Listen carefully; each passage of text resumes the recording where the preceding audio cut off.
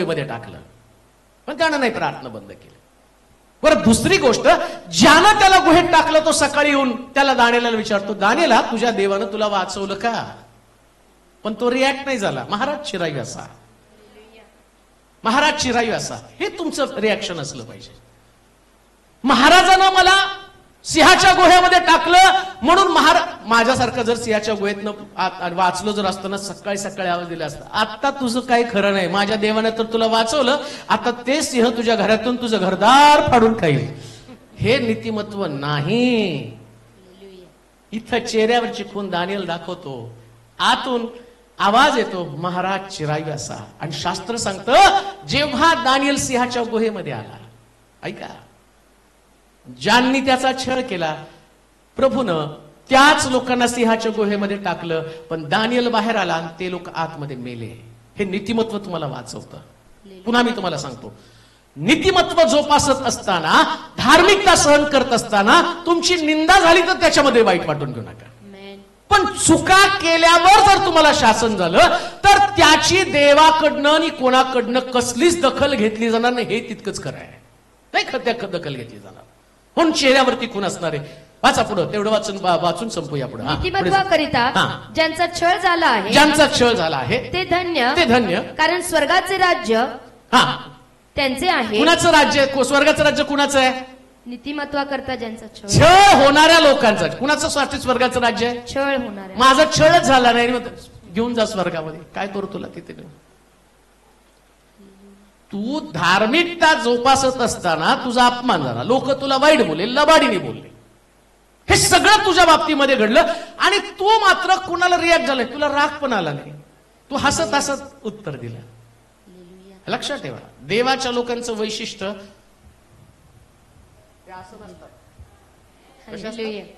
चेहरा त्यांचा जसाच्या तसा. आमेन म्हणाल का? रिॲक्ट होऊ नका. तुम्ही धार्मिक आहात तर तुमच्या चेहऱ्यावरती ती खून दिसली पाहिजे. कधी कधी आम्ही पाहतो की शरीरामध्ये रक्त कमी झालं तर चेहरा सुचतो, म्हणजे रिॲक्ट झाला की नाही शरीर, मग त्याचा चेहरा सुजल्यावर आम्ही लगेच त्यांना सल्ला देतो, एचबी कमी आहे बरं का. मग डॉक्टर लगेच त्याला सांगतात एचबी कमी आहे, रक्त लावावं लागेल. म्हणजे आता मी आत्मिक भाषेमध्ये बोलतो, तुमचा चेहरा फुगला म्हणजे येशूचं रक्त किती सोपं आहे. तुमचा चेहरा कमी म्हणजे येशूचं रक्त कमी झालं. मग येशूचं मग सल्ले दिले जातात ना, खजूर खा, शेंगा खा, गुळ खा. मी म्हणतो हे खाऊ नका, हे खा. तुम्ही माझ्यामध्ये माझी वचनं, हे गुळ आहे, हे शेंगा आहे. वचन तुमच्यामध्ये आलं, ख्रिस्त तुमच्यामध्ये आलं, आपोआप चेहऱ्यावरची सूज गेली. आता तुमच्या चेहऱ्यावर येशूचं तेज आहे, ते तेज घेऊन आम्हाला जीवन जगायचं. किती सुंदर आहे बायबल, किती सुंदर आहे देवाचं वचन. पौल किती तळमळीने सांगत आहे, मला त्रास देऊ नका, मी ख्रिस्ताच्या खुणा माझ्या चेहऱ्यावरती धारण करून जगत आहे. मला त्रास देऊ नका, मी तुमच्या बाबतीत रिॲक्ट होणार नाही. दुसरी गोष्ट वाचूया, यशाचं पुस्तक 53 अध्याय 6 वचन. मला 5 खुणा सांगणं गरजेचं आहे. खरं तर संडेचा उपदेश आहे, पण द्यावं किती हा प्रश्न पडतो. रविवारी शुक्रवार देऊ का रविवारी देऊ? आम्ही सर्व मेंढरांप्रमाणे बहकून गेलो होतो. आम्ही प्रत्येकानं आपापला मार्ग धरला होता. अशा आमच्या सर्वांचे पाप परमेश्वरानं त्याचवर लादले. आता पहिली खून चेहऱ्यावरती. तो म्हणतो मी ख्रिस्ताच्या खुणा माझ्या शरीरावरती धारण केल्या. मग पहिली खून सहनशीलता, चेहऱ्यावरती सहनशीलता. लक्षात ठेवा, सहनशील व्यक्तीचा चेहरा तुम्हाला ओळखायला येतो. सहनशील व्यक्तीचाच येतो बरं का. रिॲक्ट होत नाही तो सहनशील आहे. जो रिॲक्टच होत नाही तो सहनशील आहे. ती खून त्याच्या चेहऱ्यावरती आहे. काय पण झालं तरी, आजारी पडला तरी काय वाटत नाही, खायला मिळालं काय नाही मिळालं काय, कौतुक केलं तरी रिॲक्ट होत नाही. कौतुक झालं की लगेच ढागात पण नाही जात. कौतुक केलं मी असं नाही. आणि कोणी तुम्हाला शिव्या दिल्या तरी तुम्ही रिॲक्ट होत नाही. ती सहनशीलता तुमच्यावर. आता दुसरं जी खूण आहे तिथं असं म्हटलं, आम्ही सर्व आमचाच मार्ग धरला होता. ऐका, प्रत्येक व्यक्ती आपल्या मार्गाप्रमाणे जसं त्याला वाटतं तसं जीवन जगतो. आणि आता इथं ख्रिस्ताच्या पायावरती ती खूण धारण केली गेलेली आहे, जी यशाच्या पुस्तकात सांगितली. आम्ही सगळेजण आपापला मार्ग धरलेला आहे. त्याला मला जसं वाटतं तसं मी जगणार आहे. माझं जीवन आहे, माझ्या भावना आहेत, माझ्या इच्छा आहेत, माझे स्वतःचे विचार आहेत, माझी महत्वाकांक्षा आहे, मला स्वतःचं मन आहे, माझे विचार, त्याप्रमाणे मी जीवन जगणार. मला वाटलं व्यसन करेल, मी व्यसन करेल. मला वाटलं मी बायबल वाचेल. मला वाटलं मी प्रार्थना करेल. मला वाटलं चर्चमध्ये येऊन बसावं, मी येऊन बसेल. मला वाटलं चर्चला जाऊ नये, मी जाणार नाही. मला वाटलं प्रार्थना करावी, प्रार्थना करेल. मला वाटलं विश्वास ठेवला. मला वाटलं व्यभिचार करावा, मी व्यभिचार करेल. मला वाटलं मारामारी करावी, मी मारामारी करेल. आता इकडं असं लिहिलंय, तुम्ही सगळ्यांनी आपापला मार्ग धरलेला होता. परंतु प्रॉब्लेम असा झाला, तुम्हाला मार्गावरती आणण्यासाठी, तुम्हाला परत आणण्यासाठी इकडं ख्रिस्ताच्या पायामध्ये खेळ ठोकले ना. जखमा तर त्याला दिल्या, वेदना तर त्याला सहन कराव्या लागल्या. का तर तुम्हाला तुमच्या मार्गाने चालायचे ना. एवढे सुवार्थिक पाठवले, एवढे सेवक पाठवले, एवढे संदेष्टे पाठवले. त्यांनी ओरडून आपलं प्रीचिंग केलं. त्याने ओरडून देवाचं वचन गाजवलं. पण देवाचं वचन गाजवल्याचा परिणाम लोकांवरती झालाच नाही ना. अर्पण, कोकऱ्याचं अर्पण, बैलाचं अर्पण इथपर्यंत त्यांनी मर्यादित ठेवलं. त्यांना असं म्हटलं, पाप केलं ना, पापाच्या मोबदल्यामध्ये मार्ग बदलण्याच्या ऐवजी आम्ही कोणाचं तरी अर्पण करू. आणि लोक अर्पण आणि पाप याच्यामध्ये अडकून पडले. पाप करायचं, अर्पण करायचं, पाप करायचं, अर्पण करायचं. परंतु देवाच्या सहनशक्तीच्या पलीकडे ते गेलं. आणि लोकांना या पापाबद्दल देवाला किती तीव्र नापसंती, ज्या मार्गाने आम्ही चालतो तो मार्ग किती भयानक आहे हे सांगण्यासाठी त्याला काय करावं लागलं माहिती का, आपल्या पुत्राला जगामध्ये पाठवून त्याच्या पायामध्ये खिळे ठोकल्यावर देव आपला क्रोध आपल्या इच्छेप्रमाणे चालणाऱ्या लोकांसाठी देवाच्या मनामध्ये काय योजना आहे ती त्यांना समजावून सांगितली. तुम्हाला तुमच्या मार्गाने चालायचं ना, मी माझ्या पुत्राला, कधी कधी आई रागावली ना, नवरा बायकोची भांडण असतात आणि तुम्ही पेपरला सर्रासपणे बातमी वाचता, नवरा बायकोच्या भांडणामध्ये बापाने किंवा आईनं लेकरला आपटून मारलं, म्हणजे कोणाचा राग कोणावरती काढला. आता ते बापाचं किंवा आईचं अंतःकरण असतं, राग कोणावरती काढ. देवाला पण जगावरती प्रचंड राग आला होता. कोणावर काढणार? आतापर्यंत पुष्कळ दंड दिला, सदोम गोमोरा अग्नीनं मारला, जगाचा नाश पाण्यानं करून टाकला. लहान लेकरं त्या आलिशाच्या मागे येऊन त्याला चिडवत आहेत, अस्वलं पाठवून त्यांना मारून टाकलं. पण लोक बदलायलाच तयार नाहीत ना. काय करावं, कोणती योजना धारण करावी, काय केल्यानं लोक आपल्या मार्गापासून बदलतील. मग त्यानं पुत्राला पाठवलं. पुत्र देवाला म्हणतो, शासन माझ्या शरीराला तुला करायचं ना, माझ्या देहाला तुला दंड द्यायचा, मानवी देहाला तुला दंड द्यायचा. मग एक काम कर ना, जिथं जिथं माणूस चुकला ना त्या त्या ठिकाणात तू दंड दे. देव म्हटलं, त्यांनी आपला मार्ग तपासला नाही, आपल्या मार्गामध्ये ते चालले नाही, मार्गापासून भटकले. मी जे तुला माझं वचन त्यांना पाठवलं होतं, तुझं वचन माझ्या पावला करता दिवा, माझ्या मार्गावरती प्रकाश. परमेश्वर माझा मेंढपाळ आहे, तो मला काही उणे पडू देणार नाही, तो मला हिरव्यागार कुंडामध्ये चालवतो, शांत पाण्याजवळ नेतो. तो म्हटलं, मेंढरं म्हणून तुम्ही माझ्याच वचनावर चालावीत, पण तुम्ही कधी चालला नाही. तुम्ही सगळ्यांनी आपापला मार्ग तपासला, आपापल्या मार्गाने तुम्ही चालला. आणि त्याचा परिणाम काय, त्यानं त्याच्या पुत्राच्या, पाहतो की त्याच्या पुत्राच्या पायामध्ये ती खून धारण केली आणि पुत्र त्या पुत्राला आणि क्रुसावरती देत असताना त्याच्या पायामध्ये खेळ ठोकले. आता पौल म्हणतो, मी त्या खुणा माझ्या पायावरती धारण करते. म्हणजे नेमकं काय, ख्रिस्ताचे पाय वधस्तंभावरती खेळले, आता मी सुद्धा माझे पाय ख्रिस्ताबरोबर वधस्तंभाला खेळायचे. आता मी जुन्या मार्गाने परत कधी जाणार नाही. म्हणजे तुमच्या पायावरती खून आहे, म्हणजे तुमच्या पायावरती खून आहे.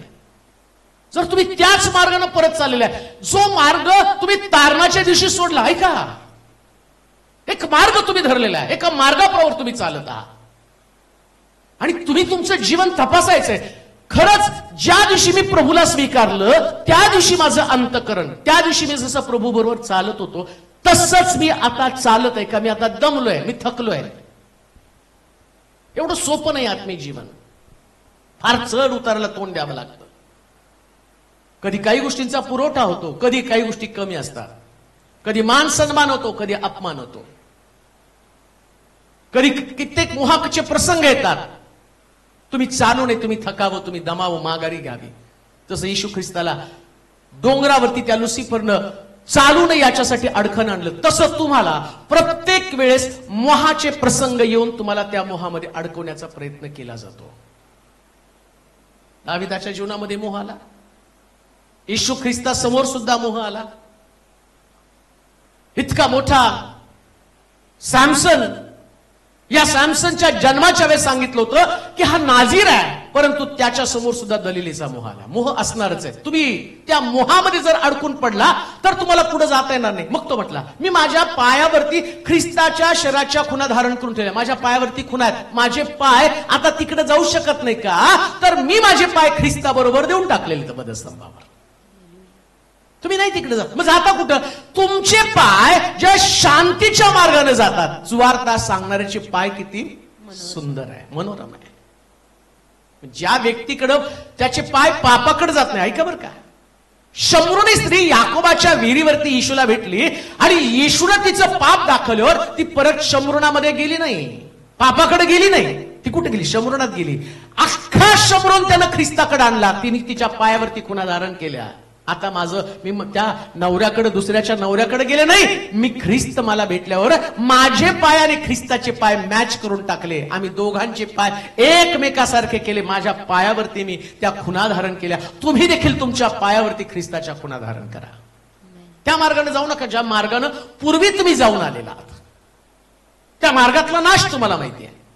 त्या मार्गामध्ये तुमची शांती तुटली ही तुम्हाला ठाऊक आहे. लक्षात ठेवा, लुसिफरचं काम दिवस रात्र तुम्हाला जाळ्यामध्ये अडकवणं. दिवस रात्र तो ते काम करणार आहे.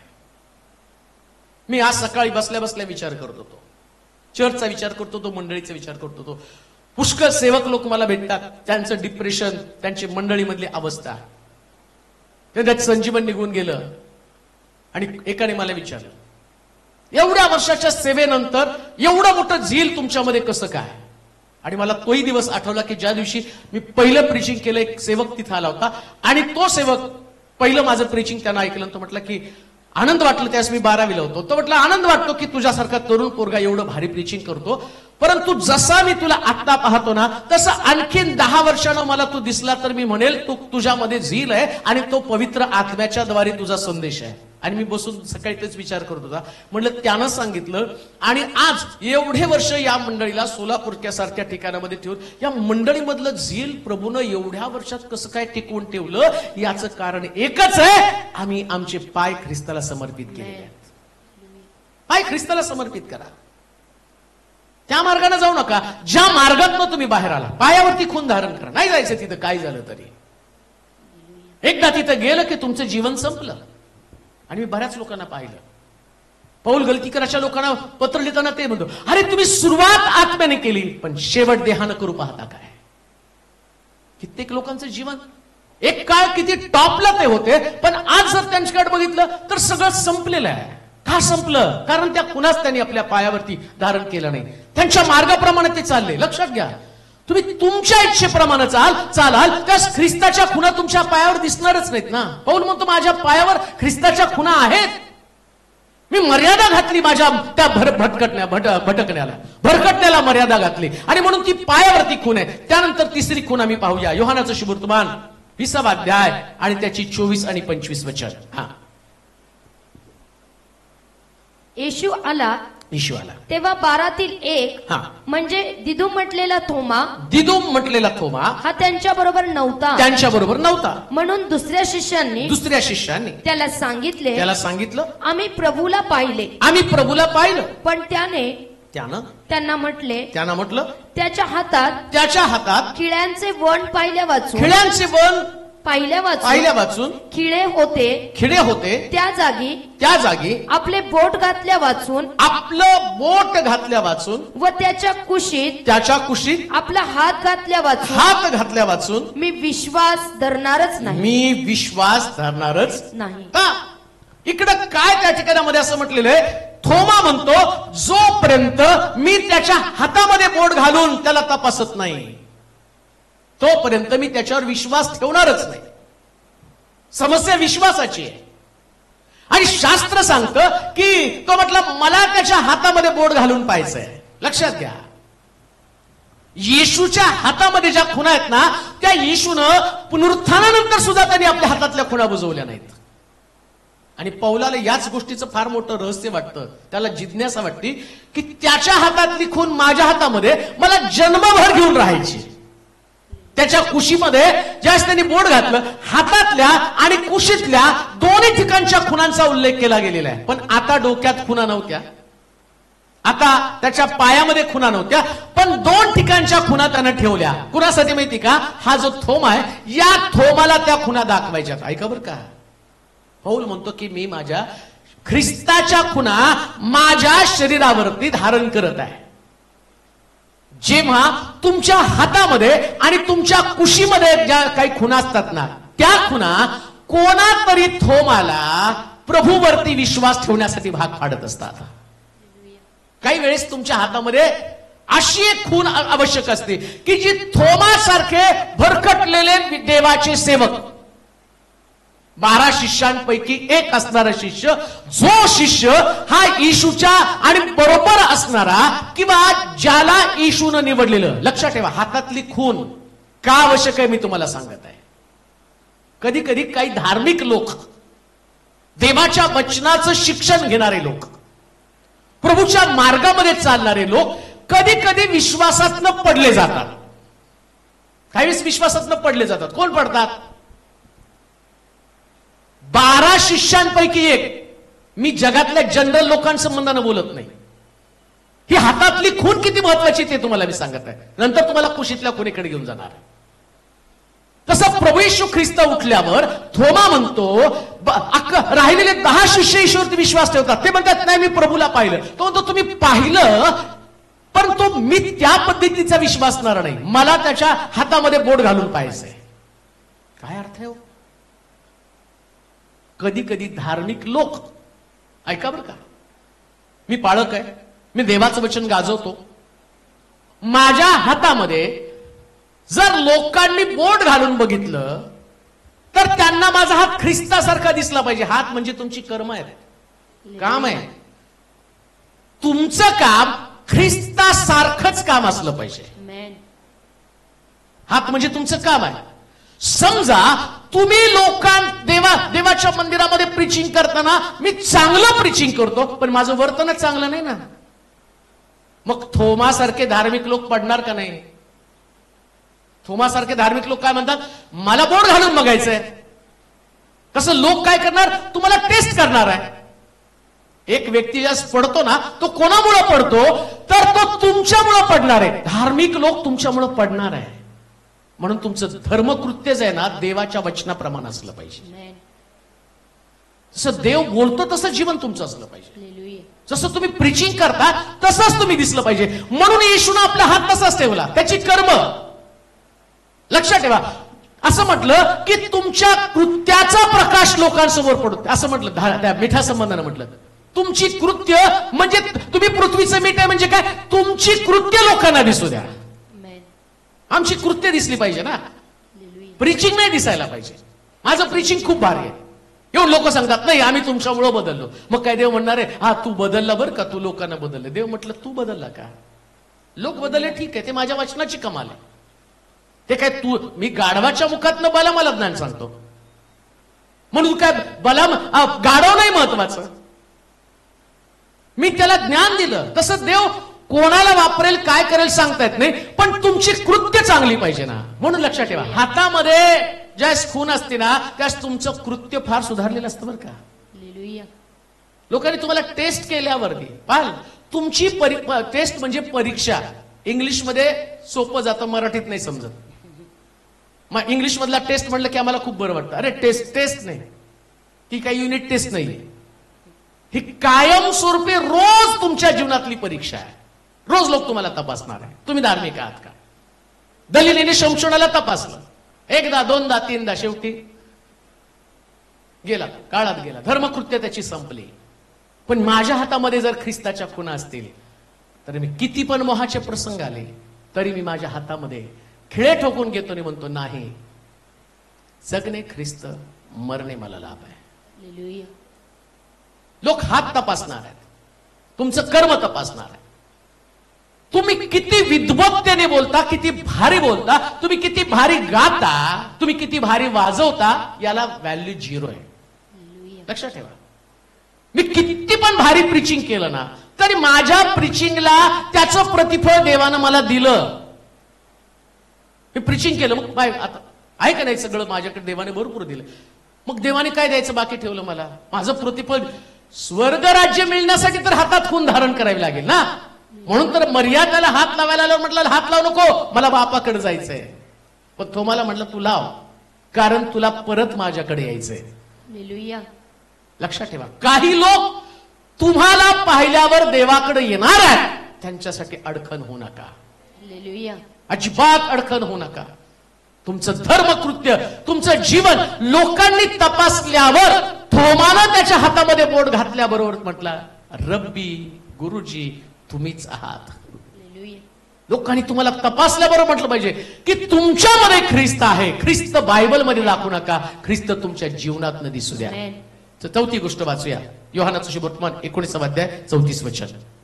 हा, योहान 19:34. तरी शिपायातील हा. एकाने त्याच्या कुशीत भाला भोसकला त्याच्या कुशीत भाला बोसकला आणि लागलेच रक्त व पाणी रक्त व पाणी बाहेर निघाले. बाहेर निघालं. इकडे थोमा काय म्हणतो माहिती का? मी तुझ्या हातामध्ये बोट घालील आणि तुझ्या कुशीमध्ये बोट घालील. हा, काय लिहिलंय? त्याच्या हातात खिळ्याचे वण होते, हा?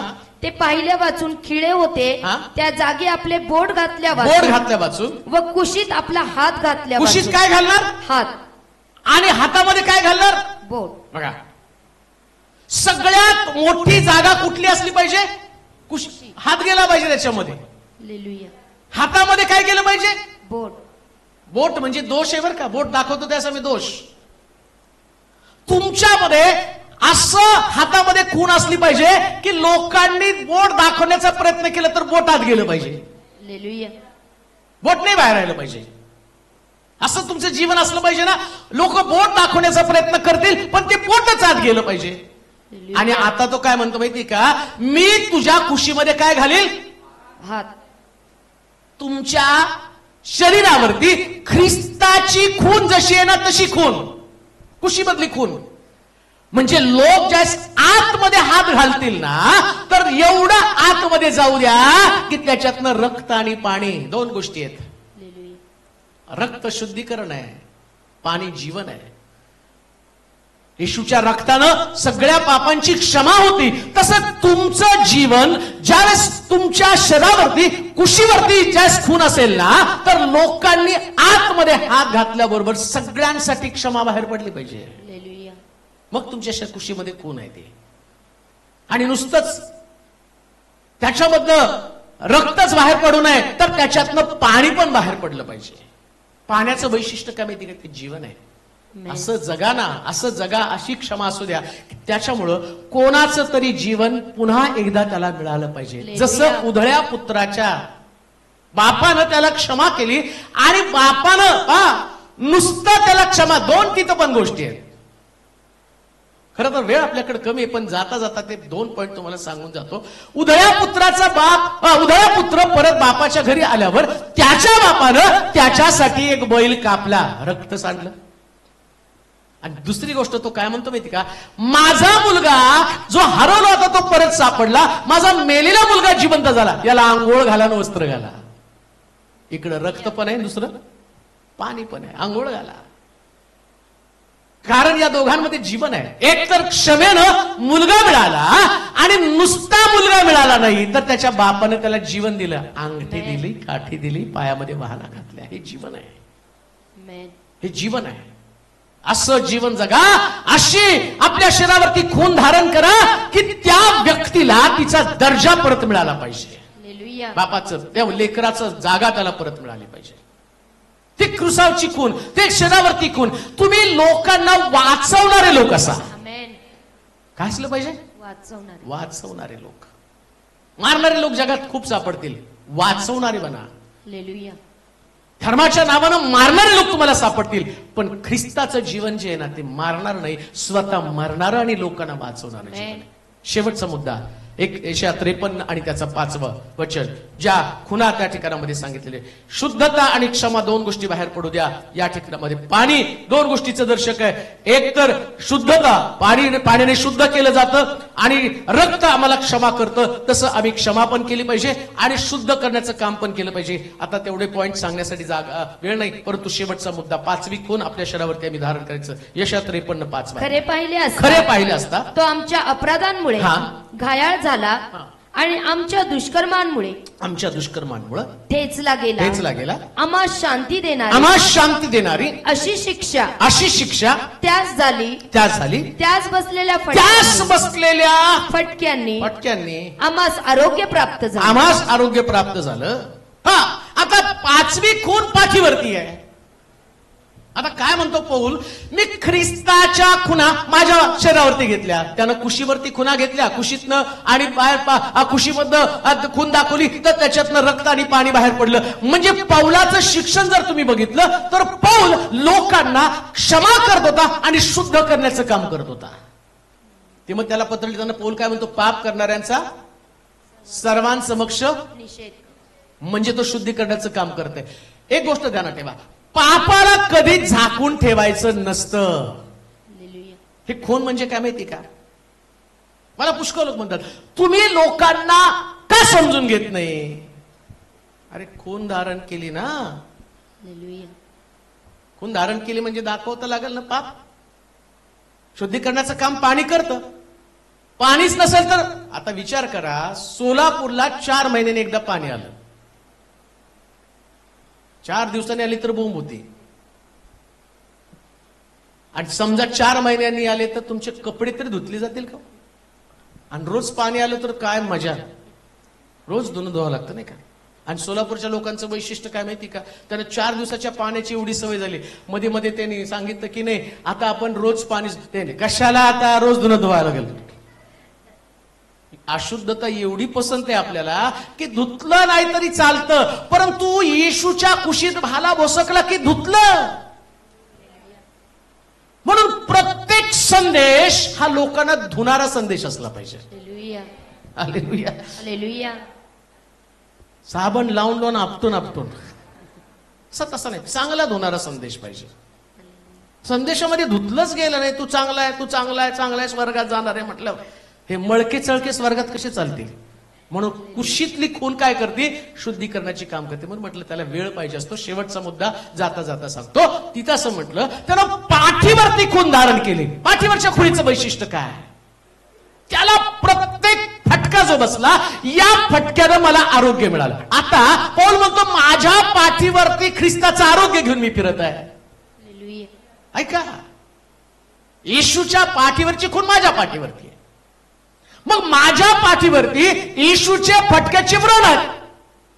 मग येशूच्या फटक्याची व्रण माझ्या पाठीवरती आहे, तर मी आजारपणाचा विचार करत नाही, मी सुटकेचा विचार करतो, आरोग्याचा विचार करतो. येशूला बसलेल्या माराच्या फटक्यानं. मग चर्चा कशाची व्हायला पाहिजे? फटक्याची. शुगर, बीपी, किडनी, अमक तमक, त्याची चर्चा नाही करायची. काय चर्चा करायची? येशूला बसलेल्या. जेव्हा तुम्हाला आजारपणाची भीती वाटते ना, त्यास पुन्हा एकदा त्या जखमा तपासा पाठीवरती. पौल म्हणतो, माझ्या पाठीवरती ख्रिस्ताची खून आहे, म्हणून पौलाला मृत्यूची भीतीच वाटत नाही ना. तो कोण ख्रिस्तापासून मला विभक्त करेल? मरण, संकट, छळ, दंगे, धोपे, उपासमार, कुठल्या प्रकारचा व्याधी विकार मला देवापासून तोडत नाही. कारण त्याला कळतं, हा विकार मला मारण्यासाठी नाही, या विकारातनं देवाचं गौरवच होणार आहे. पाठीवरती खून धारण करा. काय? येशूला बसल्या माराच्या फटक्यानं कुठल्याही व्यक्तीला भेटायला गेल्यावर त्याला एक गोष्ट सांगायची, प्रभू हे करण्यासाठी समर्थ आहे. दुसरं ऑप्शन त्याच्याकडे नाही, तुला फक्त ख्रिस्ताकडे पाहावं लागेल. आणि दुसरा मुद्दा त्याला सांगायचा, यातनं सोडवायला तो समर्थ आहे, परंतु तरी सुद्धा मी मूर्तीला दंडवत. म्हणजे याचा अर्थ त्याने सोडवलं नाही म्हणजे लगेच तिथं गोंधळ नाही घालायचा. काच मारलं, कशच मारलं नाही का? आम्ही एवढ्या प्रार्थना केल्या मग कसं काय मारलं? 39 फटके सांगतायत तो बाहेर काढल त्या रोगात व्याधी विकारातनं. म्हणून विश्वासणाऱ्या व्यक्तीनं ही खून आपल्या पाठीवरती धारण करायची. आणि कोणी व्यक्ती कितीही मोठा व्याधी असला तर व्याधीविषयी चर्चा करू नका, 39 माराच्या फटक्याविषयी चर्चा करा. ही पाठीवरती खून आहे. कोणत्या डॉक्टरला पण त्याला सजेस्ट करू नका. त्याला सांगा येशूच्या माराच्या फटक्यामध्ये ताकद आहे. सिस्टरला सांगितलं त्यांनी, एक सोडून 4 डॉक्टरने एकच सांगितलं, ऑपरेशन ऑपरेशन ऑपरेशन. ते ऑपरेशन नाही, सेपरेशन आहे नाही का, फाडतेच. पण इकडे 39 माराचे फटके तुम्हाला परत एकदा कनेक्ट करतात. त्या पुन्हा आपल्या पाठीवरती धारण करा. आणि पौल म्हणतो, मी माझ्या शरीरावरती ख्रिस्ताच्या खुणा धारण करू. एका वचनामध्ये किती गांभीर्य आणि किती जबरदस्त प्रकारची ताकद आहे. आणि म्हणून लक्षात ठेवा, आम्ही सुद्धा आमच्या शरीरावरती ख्रिस्ताच्या खुणा धारण करणार आहोत. आज मी पुन्हा तुम्हाला सांगतो, ज्याला वाटतं की प्रभूचं आरोग्य माझ्यामध्ये यावं, त्यानं त्याच विश्वासानं पुढे यायचं, म्हणायचं प्रभू तुला बसल्या माराच्या फटक्याने आम्हाला आरोग्य प्राप्त झालं. आपल्या जागेवरती उभं राहूया. ज्याला प्रार्थनेची गरज आहे ते पटकन पुढे येतील, त्यांच्यासाठी आपण प्रार्थना करणार. नवीन लोक माझ्या डाव्या हाताला असतील, जे जुने रेग्युलर लोक आहेत त्यांनी माझ्या उजव्या हाताला यायचंय.